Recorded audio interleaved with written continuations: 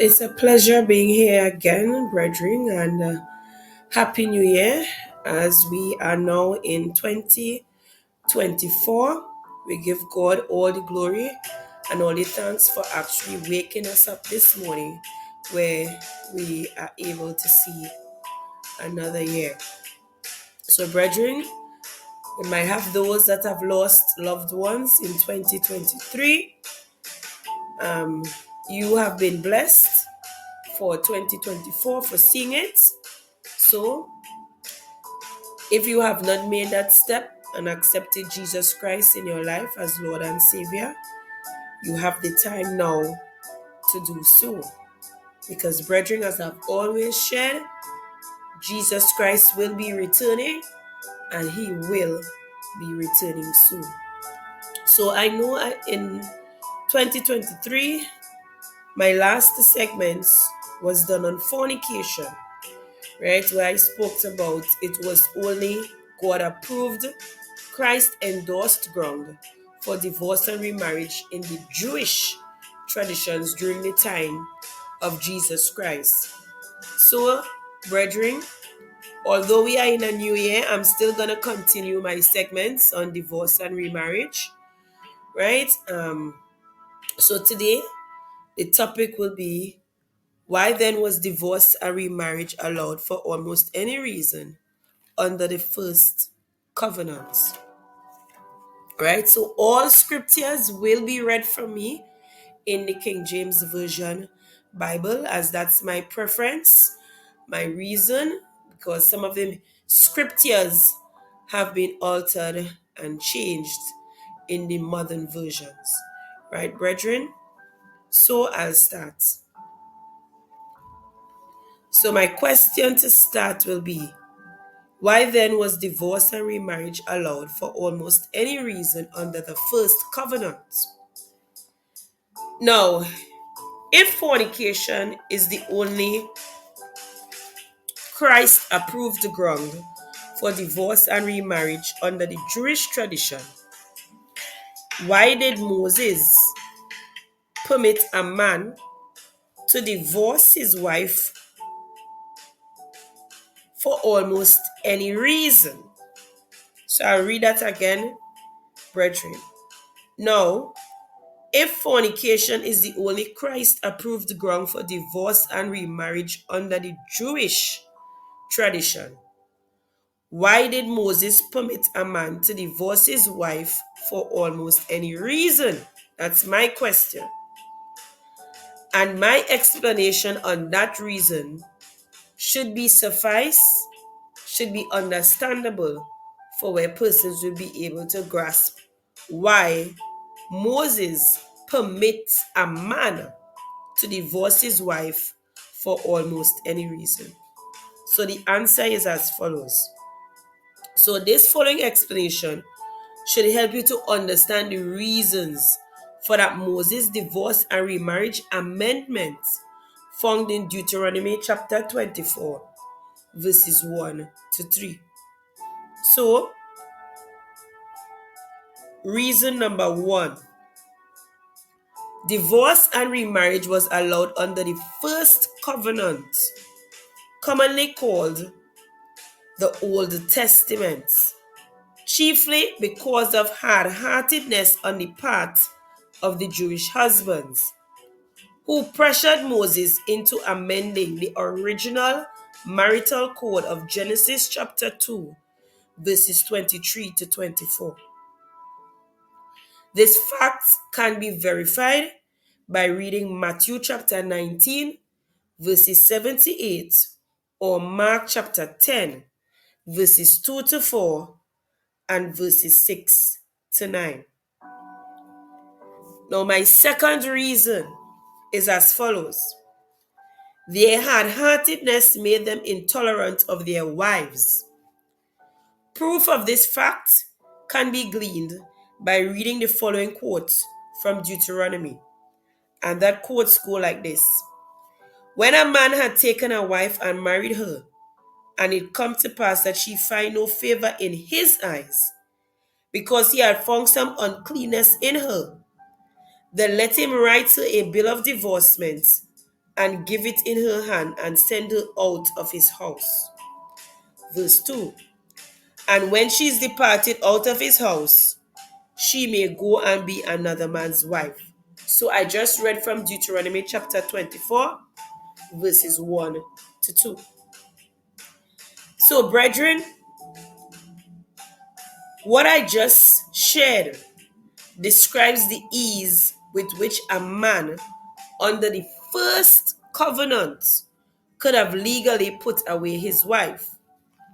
Now, it was doubtlessly that easy divorce and remarriage amendment that was in the minds of the Pharisees when they questioned Jesus on this divorce and remarriage issue, as we read in Matthew chapter 19, verse 3, and Mark chapter 10, verse 2. As can be seen by Jesus' reply, he totally abolished that liberal amendment for all times, as Matthew chapter 19, verses 3 to 6, and Mark chapter 10, verses 2 to 12 states. Now, my third reason should help you to understand the reason for that Moses divorce and remarriage amendment, found in Deuteronomy chapter 24, verses 1 to 3. So my third reason states, divorce and remarriage was also allowed under the first covenant because that covenant was destined to be replaced by the new or second covenant. This point, brethren and online listeners, can be found by reading John chapter 1, verse 17, Galatians chapter 3, verse 19, Hebrew chapter 7, verse 12, and Hebrew chapter 8, verse 13, that clearly substantiates my statement. Now, since the first covenant, also called the law, was parenthetically in nature, that is to say, it was subject to be amended when those unholy Israelite husbands demanded that the original marital code of Genesis chapter 2, verses 23 to 24, be adjusted. God allowed Moses to liberalize the original matrimonial code to satisfy their lustful passions until the appearance of Jesus Christ, the true lawgiver, whom he had foreordained to rewrite his laws, deleting what he deemed unfit and confirming, magnifying, and even introducing new ones, as the following texts indicate he would have done. So one needs to read Isaiah chapter 42, verses 1 to 4. So I'll read it now, but on your own time, you can also read the scriptures to assist. Behold my servant, whom I uphold, mine elect, in whom my soul delighteth. I have put my spirit upon him. He shall bring forth judgment to the Gentiles. He shall not fail nor be discouraged, till he had set judgment in the earth, and the isles shall wait for his law. So that's Isaiah chapter 42, verses 1 to 4.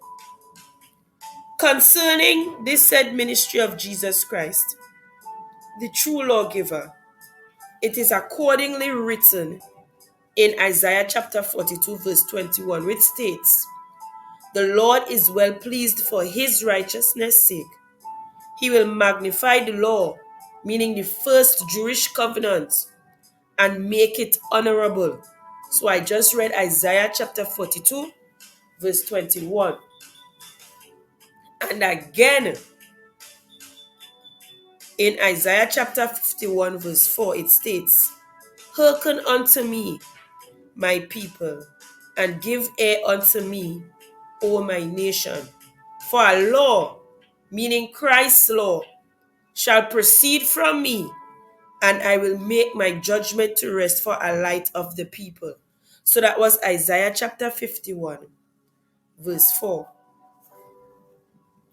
End time saints and brethren, online listeners, Jesus fulfilled those prophecies in Isaiah. He fulfilled the prophecies in Matthew's chapter 5 through chapter 7. Accordingly, he upheld and even magnified some of those laws of the first covenant, which he deemed appropriate as instructions in righteousness for the New Testament saints.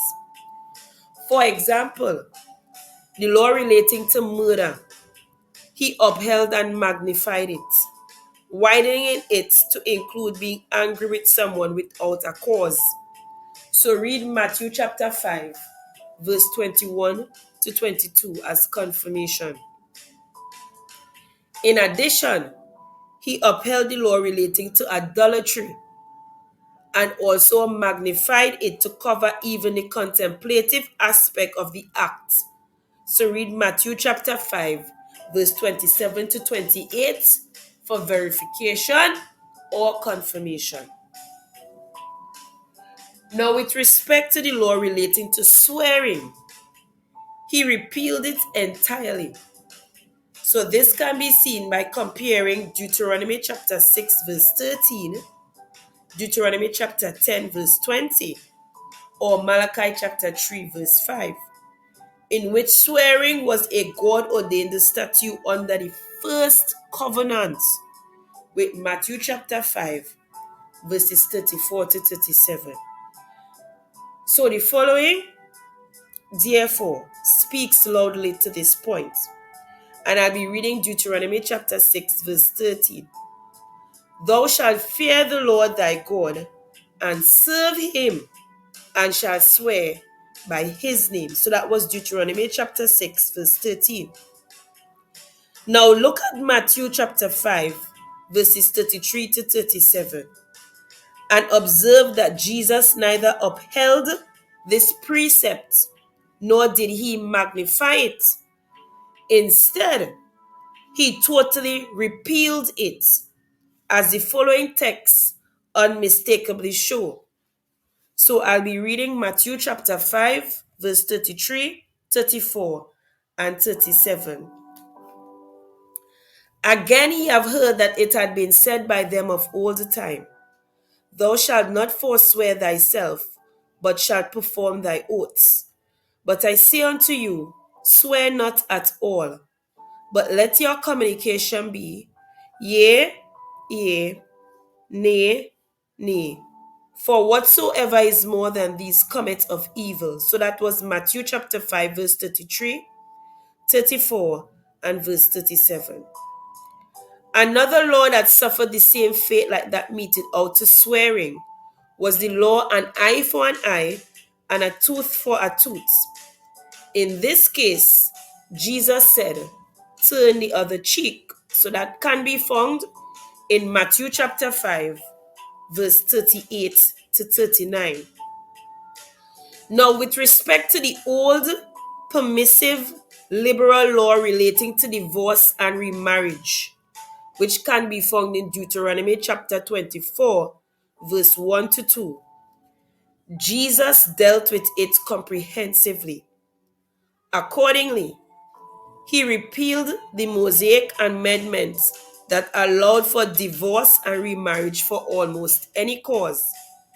And in addition, he then allowed for divorce and remarriage only on the ground of premarital infidelity on the part of an engaged Jewish virgin. See Matthew chapter 5, verse 31 to 32, or Matthew chapter 19, verse 8 to 9, if in doubt. Please check these texts from the Old King James Version. For most of the new versions were specifically written to facilitate divorce and remarriage, and have accordingly rendered the word porneia, porneia, as adultery instead of fornication. But if one reads Matthew chapter 19, verse 10, and Mark chapter 10, verse 2 to 12, Luke chapter 16 verse 18, 1 Corinthians chapter 7 verse 10 to 11 and verse 39, and Romans chapter 7 verse 1 to 3 from the Old King James Version. One must be convinced that adultery could never be a Christ-approved ground for divorce and remarriage in this dispensation of grace. In closing, brethren, we can be sure that divorce and remarriage was allowed under the first or old covenant, primarily because God knew that the old covenant was destined to be rewritten by Jesus Christ. Therefore, when the hard-hearted men of Israel demanded that Moses amend the law to accommodate their lustful passions, he instructed Moses to accede to their ungodly wishes. And so the Deuteronomy chapter 24, verse 1 to 4 amendment was added to Genesis chapter 2, verse 23 to 24 statutes. Now, brethren, look at Malachi chapter 2, verse 12 to 16, or Mark chapter 10, verse 2 to 12, and see that Deuteronomy chapter 24, verses 1 to 3 was never God's plan for his Old Testament bride. Read Isaiah chapter 54, verses 48 as confirmation, but was only allowed until Christ, the true lawgiver, came, who very early in his earthly ministry repealed it once and for all, as is indicated by Mark chapter 10, verses 2 to 12, Luke chapter 16, verse 18, or 1 Corinthians chapter 7, verses 10 to 11 and 39. Finally, my dear brethren, the fact that Jesus never taught that a man once married could have divorced his wife and marry again was well understood by all his disciples. This fact can be gleaned from the salient comments made by them after having heard Jesus' conclusion on this divorce and remarriage issue. The following quote surely highlights this fact, and I'm reading Matthew chapter 19, verse 10, which states, "His disciples say unto him, If the case of the man be so with his wife, it is not good to marry." So that was Matthew chapter 19, verse 10. Brethren, this Matthew chapter 19, verse 10 verse surely confirms the fact that all of Jesus' disciples understood that Jesus did not allow for divorce and remarriage on the grounds of adultery. Therefore, they said, if they were stuck with their wives until death, it was better for them to remain unmarried. This Matthew chapter 19, verse 10 verse has no other meaning and is proof that the modern renderings of Matthew chapter 5 verse 31 to 32 and Matthew chapter 19 verse 9 in these modern version Bibles are incorrect, and that the rendering of the Old King James Version is appropriate in this instance at least. Because of this fact, we know that divorce and remarriage was allowed, meaning permitted, under the first covenant, primarily because the first covenant was destined to be replaced and only held good until Jesus Christ. The seed, even the true lawgiver. Read Genesis chapter 49 verse 10, Psalm chapter 60 verse 7, Psalm 108 verse 8, Isaiah chapter 51 verse 4, and we saw that Jesus Christ came and established his law. So read Isaiah chapter 42 verse 4, then read Hebrews chapter 7 verse 12.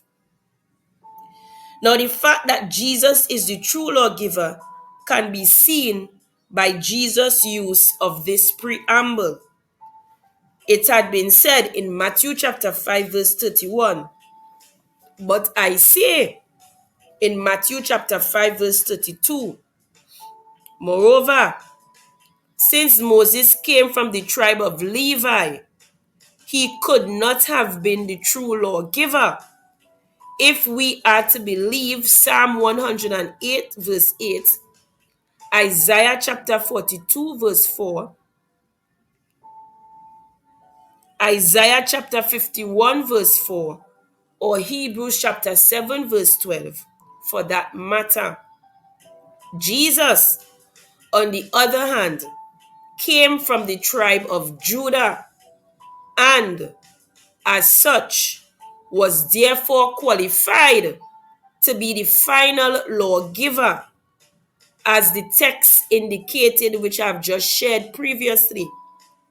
And that ministry he manfully fulfilled, as can be seen by his amendments, repealings, and enactments of his law in Matthew chapters 5 through chapter 7. Yes, my dearly beloved brethren and online listeners, though I run the risk of being repetitious, it is absolutely necessary that we grasp this doctrinal point, that the divorce and remarriage amendment of the first covenant that allowed for a man to dissolve his marriage for almost any reason was enacted by Moses because of hard-heartedness on the part of those lustful Jewish males on the one hand, and also because God had plans to repeal that liberal amendment at a later stage and re-establish his perfect and original marital law by Jesus Christ, the true and final lawgiver. So read Genesis 49 verse 10, Psalm chapter 60 verse 7, Psalm 108 verse 8, Isaiah chapter 42 verse 4, Isaiah chapter 42 verse 21, and Isaiah chapter 51 verse 4. So, for the reasons shared in this segment today, therefore, the divorce and remarriage for almost any cause, perceived or real, was allowed under the old covenant dispensation. For the Jews, however, Jesus allowed for it only on the grounds of fornication. As before, as I explained in my previous segment called fornication. For the Gentiles nation, however, while separation is allowed, remarriage, but while one's marital partner is alive, is surely forbidden. I repeat, for the Gentiles nation, however, while separation is allowed, remarriage, while one's marital partner is alive, is surely forbidden. If in doubt, brethren, I am begging, please read Mark chapter 10, verse 2 to 12, Luke chapter 11, verse 18, 1 Corinthians chapter 7, verse 10 to 11, then 1 Corinthians chapter 7, verse 39, and Romans chapter 7, verse 3 to 1, and be fully persuaded that this is so. So that's the end of my segment today, brethren. I will be live next week again. Brethren, Jesus Christ is returning and he will be returning soon. Please prepare yourselves for Jesus Christ's return. Surround yourselves with people who are walking on a straight and narrow path. Spend time and read the Holy Bible on a daily basis. Brethren, we have to strengthen ourselves with the word for what lies ahead for true believers and Christians. Only the word will be able to strengthen us. So, have a safe and productive week. I love you and Jesus Christ love you. So bye for now, brethren.